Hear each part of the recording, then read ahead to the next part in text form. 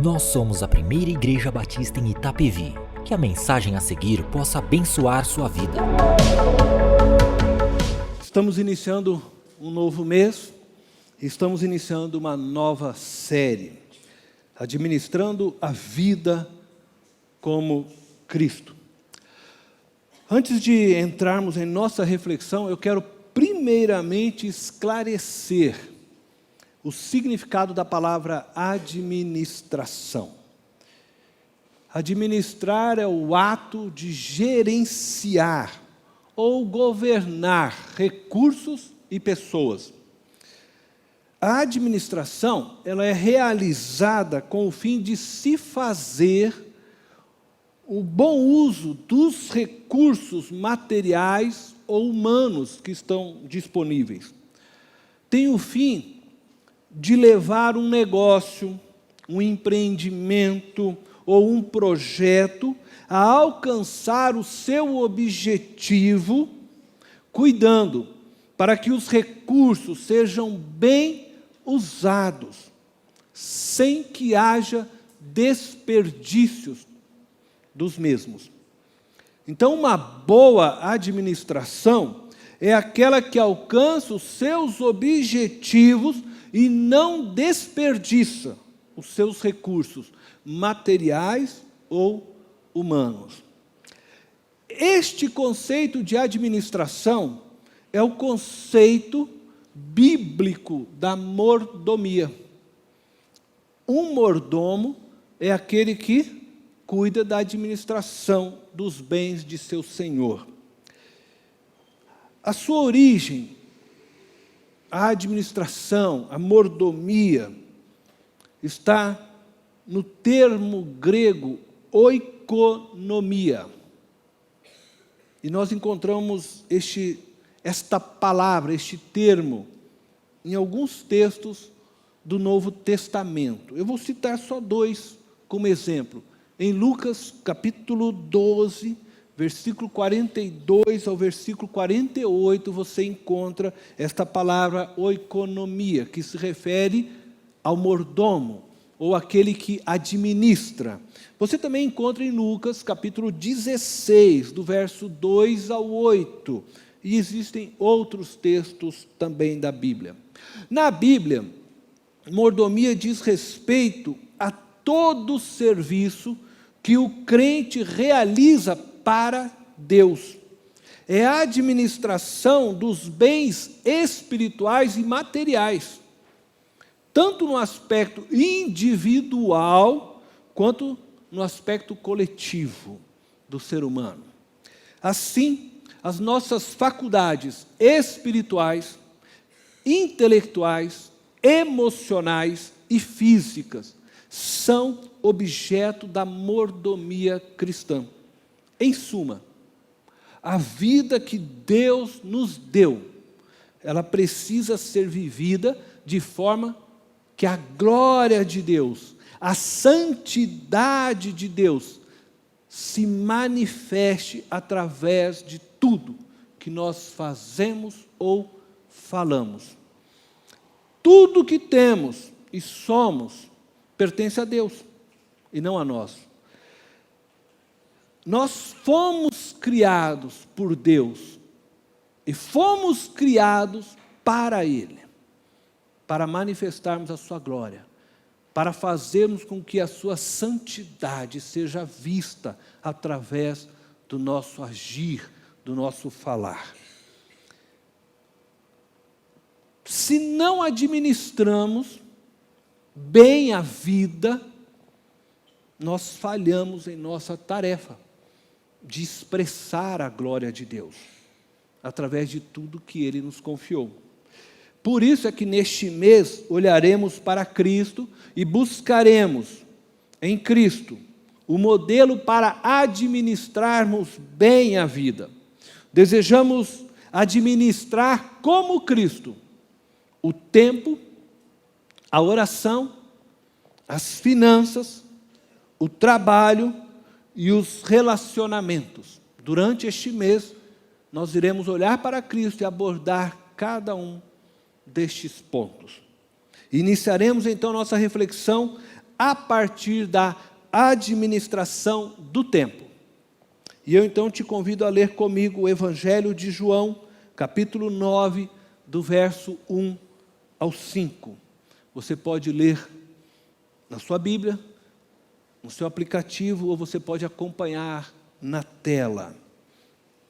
Diz assim a palavra de Deus: Ao passar, Jesus viu um cego de nascença.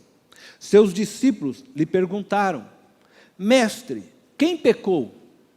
Este homem ou seus pais, para que ele nascesse cego?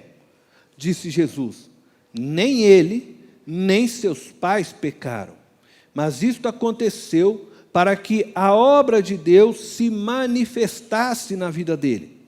Enquanto é dia, precisamos realizar a obra daquele que me enviou.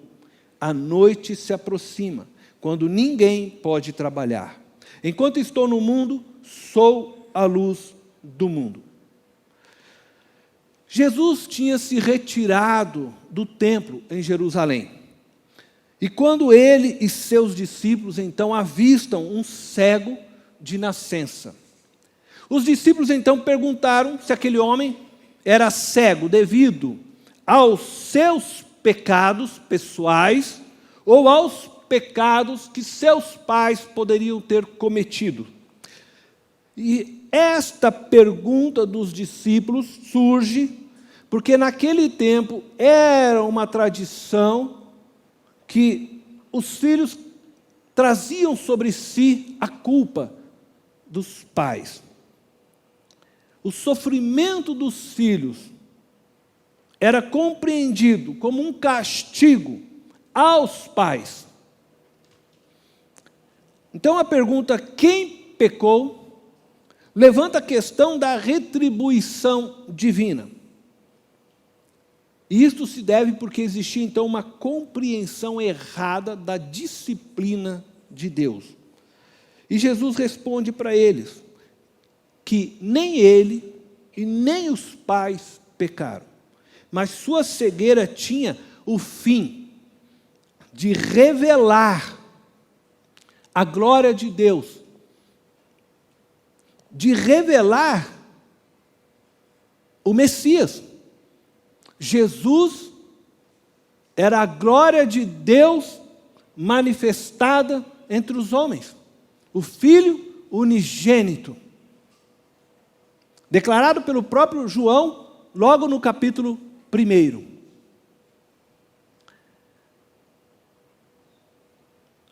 A cegueira de nascença, ela era uma das enfermidades que os rabis, mestres nos tempos de Jesus, defendiam e declaravam que somente o Messias poderia curar. Então, Jesus vê neste homem cego de nascença a oportunidade perfeita para que a glória de Deus se manifestasse através da vida daquele homem, para que ele pudesse revelar, através do milagre, que ele era o enviado de Deus. Isso não significa dizer que Deus intencionalmente fez com que aquela criança nascesse cega e esperasse todos os anos de sua vida até o dia que Jesus passasse o Messias e o encontrasse naquele caminho. Não, mas que o sofrimento daquele homem proporcionava a Jesus a oportunidade de se revelar como o Messias. E ele precisava fazer isso enquanto era dia, enquanto ele estava no mundo, para que todos vissem suas obras e reconhecessem que ele era o enviado do Pai. Jesus está falando de tempo. Ele sabia reconhecer o tempo. e por isso o administrava com zelo. Assim como Cristo, nós precisamos aprender a administrar o tempo. E a primeira lição que aprendemos com Cristo neste texto é reconhecer a realidade determinante do tempo sobre nós. Nós estamos sujeitos ao tempo. Veja o que diz o versículo 4. Enquanto é dia, precisamos realizar a obra daquele que me enviou. A noite se aproxima, quando ninguém pode trabalhar. Jesus diz que precisamos trabalhar enquanto é dia. E ele afirma que a noite se aproxima e devido à escuridão, ninguém pode trabalhar neste período. Entre o dia e a chegada da noite, nós temos um intervalo de horas, minutos, segundos, que chamamos de tempo. O tempo é esse cronos, o relógio que determina os diversos ciclos da vida.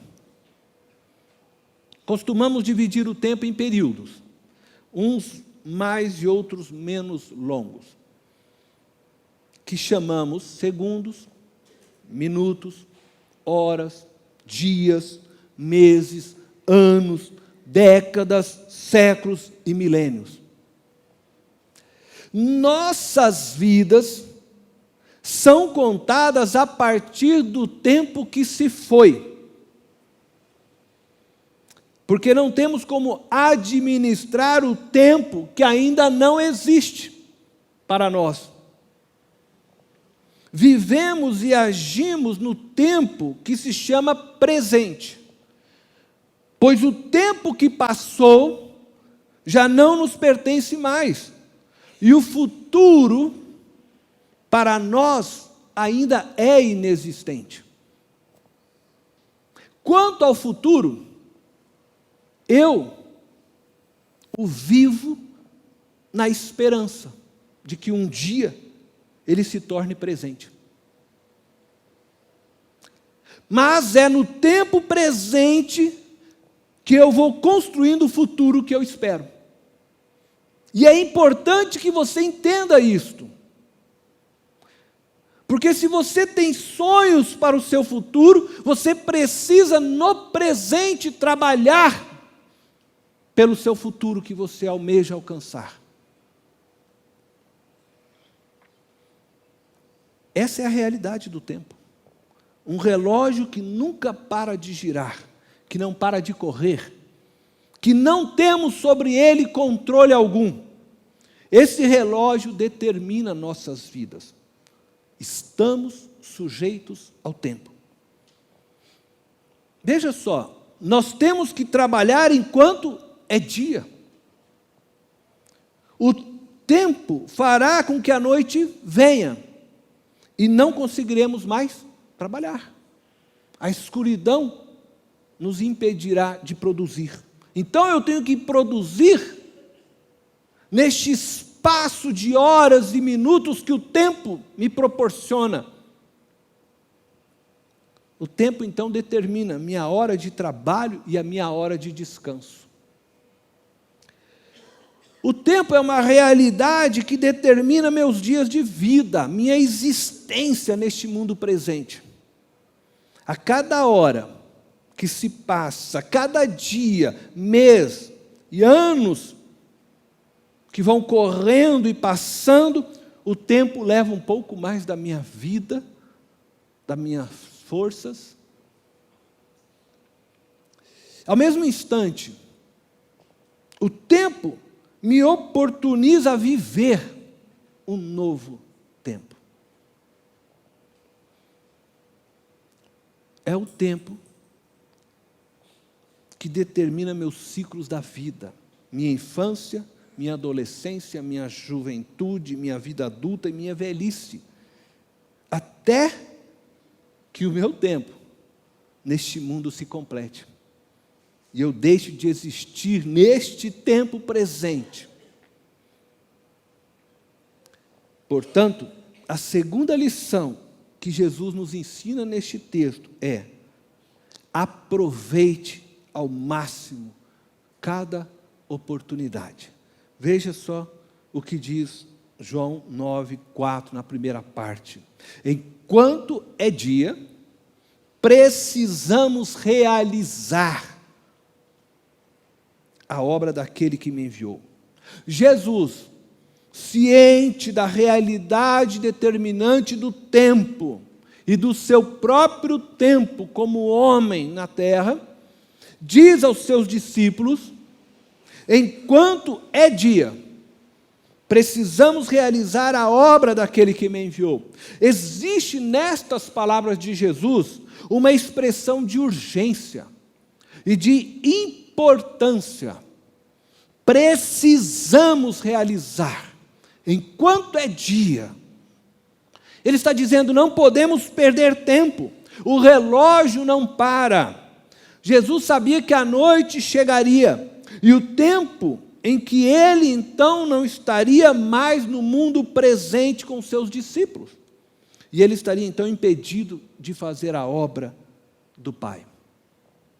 Portanto, ele tinha todo o interesse de aproveitar ao máximo cada oportunidade para realizar a vontade de seu Pai.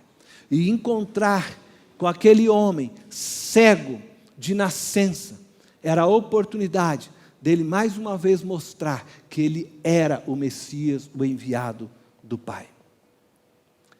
A vida é o tempo que se vai. Cada segundo que se passa, minutos, horas, é a vida que foi e não volta mais. O tempo não se recupera. Por isso, ele é muito precioso. E é por isso que o apóstolo Paulo nos orienta, assim como Cristo, a aproveitar bem o tempo para fazer a vontade do Pai, para manifestar a glória do Pai. Em Efésios, capítulo 5, verso 15 e 16, o apóstolo Paulo diz o seguinte: tenham cuidado com a maneira como vocês vivem, que não seja como insensatos, mas como sábios, aproveitando ao máximo cada oportunidade, porque os dias são maus. A expressão hexagorozomenoi, esta palavra é aproveitando ao máximo cada oportunidade. Ela é traduzida em algumas versões como remir o tempo. E outras versões, resgatando o tempo. O que isto significa? Na verdade, a ideia que está por trás dessas palavras do apóstolo Paulo é de que você tem poder sobre o tempo. Não para aumentá-lo. Não é um poder nem para diminuí-lo. Você não tem poder de aumentar as horas da sua vida e nem diminuir. Não é essa a ideia. Mas tem o poder de usá-lo com sabedoria para as coisas que são verdadeiramente importantes. Você tem o poder de tornar o tempo útil em sua mão, antes que ele passe. Isso significa dizer que, enquanto você está vivendo o presente, faça do presente algo útil.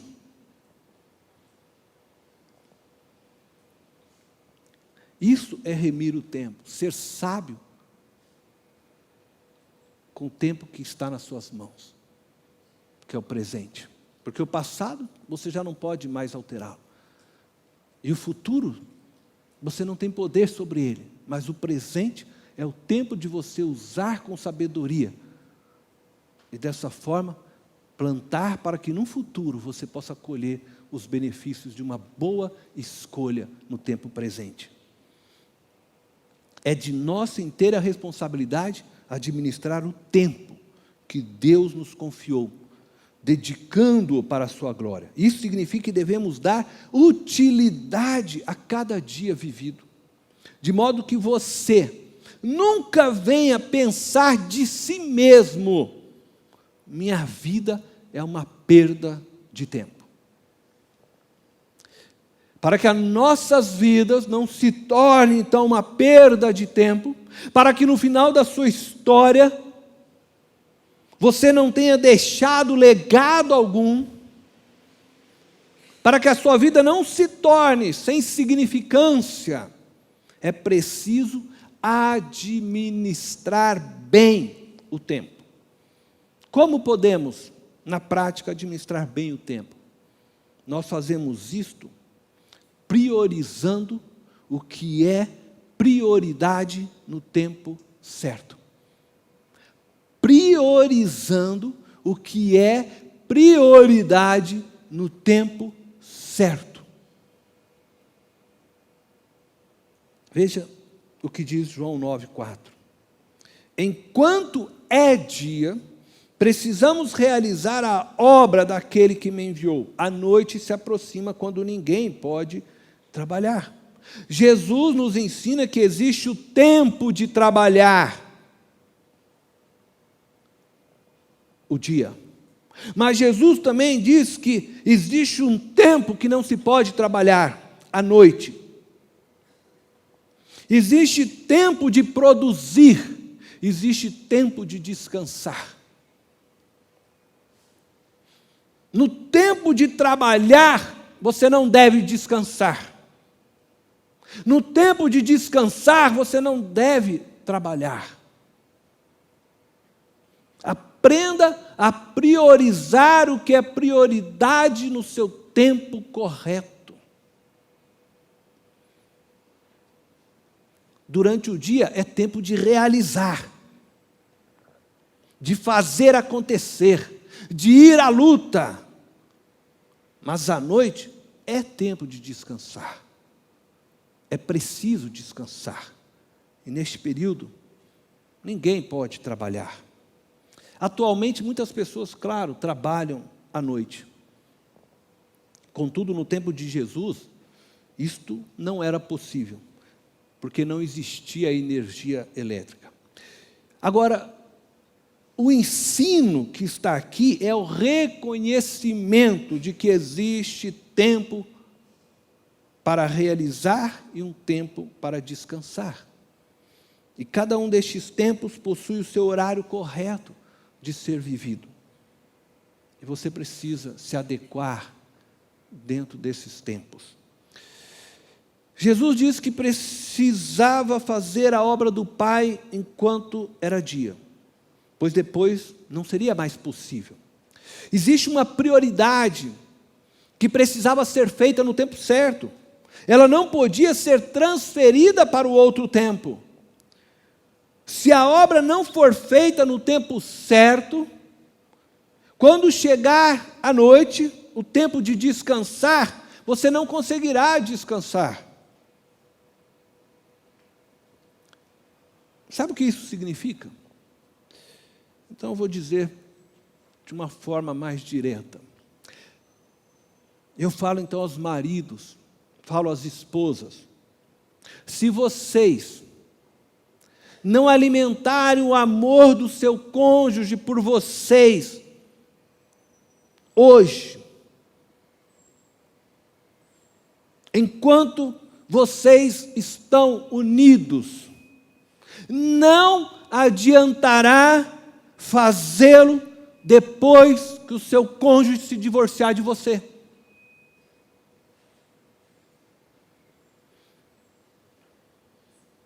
Aí não adianta você esperar ele pegar a mala e ir embora e ficar chorando. Deus ajuda ele a voltar, Deus ajuda ele a voltar. Mas você o teve em sua casa, você a teve em sua casa, mas não amou. Faça enquanto é tempo. Se eu não alimentar o amor da minha esposa por mim enquanto é dia, a noite virá. E aí eu não poderei mais alimentar este amor. E a noite que seria então um deleite para mim em seus braços, vai se tornar pranto e choro. Pais, se vocês não educarem seus filhos nos princípios de Deus, enquanto é dia, chegará a noite, quando não dará mais para vocês educá-los, porque eles não ouvirão mais vocês.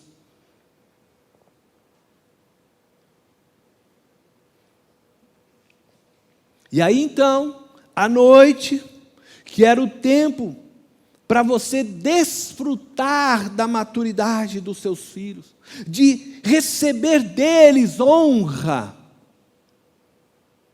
se transformará em angústia e decepções. Jovens, se vocês não estudarem seriamente enquanto é dia,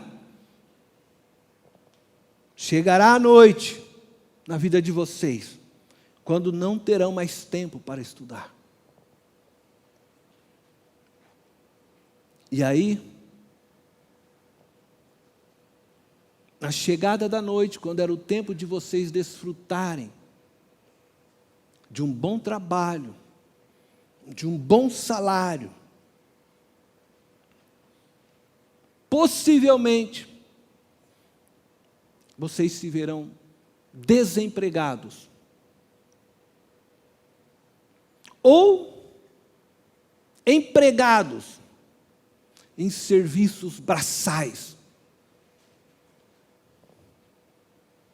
Farão serviços pesados. Aquele serviço que o seu colega que estudava não quer fazer, e ele vai pagar para você fazer para ele. E o tempo então, que era para você desfrutar de um bom trabalho, de um bom salário, você vai sentir dor física, dor no corpo, porque você vai ganhar o seu pão, gastando muito do seu músculo e da sua energia física. Você irá se lamentar por não ter estudado e por ver o seu colega vivendo uma vida de bonança. E aí não adianta você dizer que é Deus.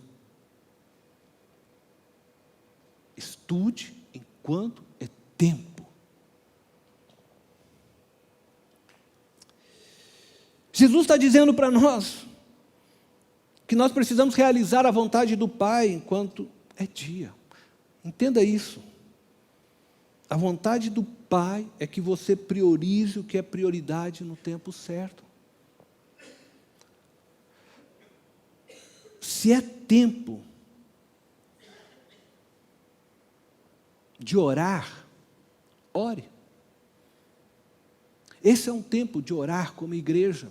A igreja hoje iniciou um período de 40 dias de consagração, de oração. É o tempo que Deus está dando a você para entrar no movimento da igreja de oração. Abrace o tempo que Deus preparou para você como parte do corpo de Cristo. Haverá daqui a pouco um tempo que é para você investir no seu casamento. Vai ter um encontro no próximo mês. Um tempo que Deus proporciona para você. Entre nisso, se inscreva, invista, enxergue os tempos que Deus está proporcionando a você e a sua casa através da sua igreja. Você faz parte de uma igreja e Deus vai usando esta igreja para dar a você aquilo que você necessita para que você possa aprender, crescer espiritualmente. Tempo de orar é tempo de orar. O tempo de investir no seu casamento, vai lá e invista no seu casamento. tempo de estender as mãos, estenda as mãos. Se é tempo de chorar, chore. Se é tempo de estudar, estude. Se é tempo de ir à igreja, vá à igreja. Se é tempo de trabalhar, trabalhe. Se é tempo de casar, case-se. Se é tempo de namorar, namore. Viva intensamente cada tempo em sua vida. Mas viva em todo o tempo com temor a Deus.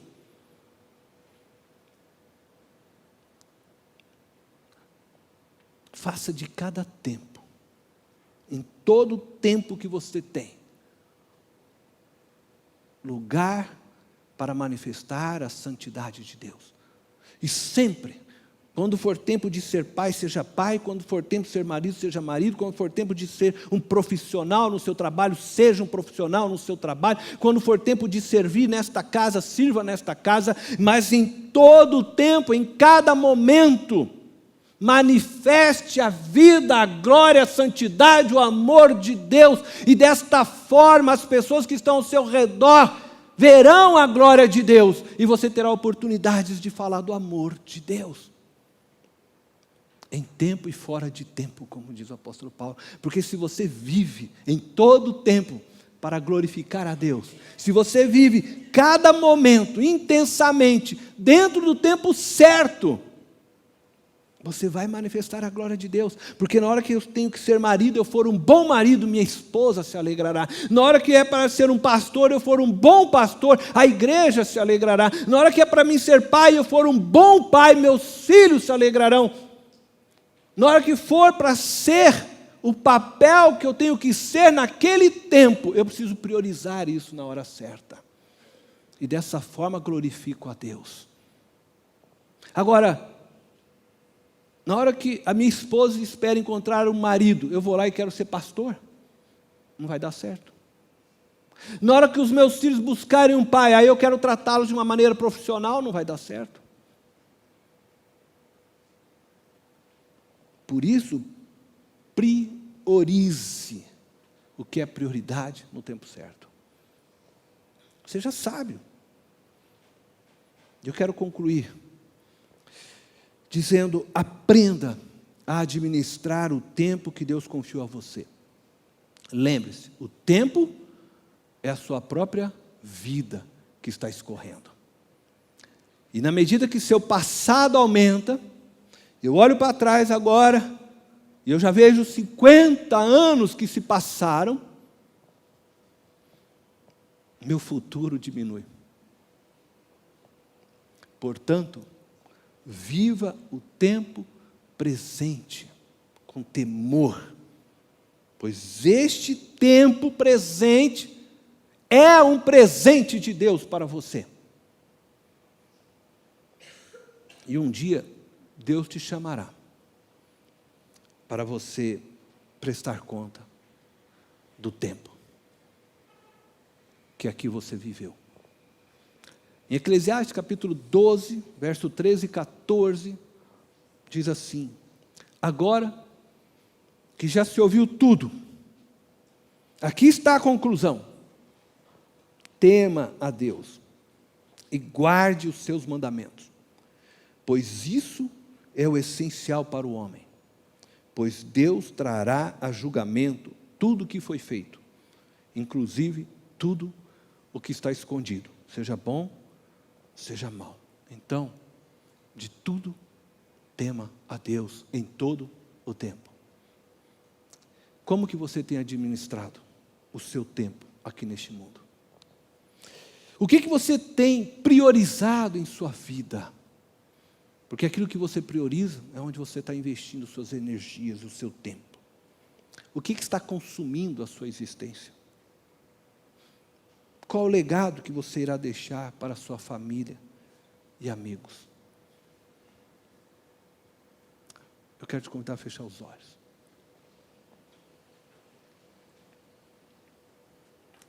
Amado Pai, nós queremos te agradecer pela tua palavra, te agradecer pelo tempo que o Senhor tem proporcionado a nós, presente, e oramos para que o Senhor nos ajude a a administrarmos o tempo da maneira agradável a Ti, a vivermos cada tempo no seu devido tempo, a priorizarmos a prioridade correta no seu devido tempo, e sempre com temor, para que Teu nome sempre seja glorificado através de nós.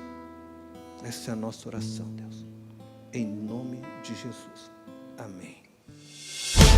Esta foi mais uma mensagem especial da Primeira Igreja Batista em Itapevi. Que Deus te abençoe.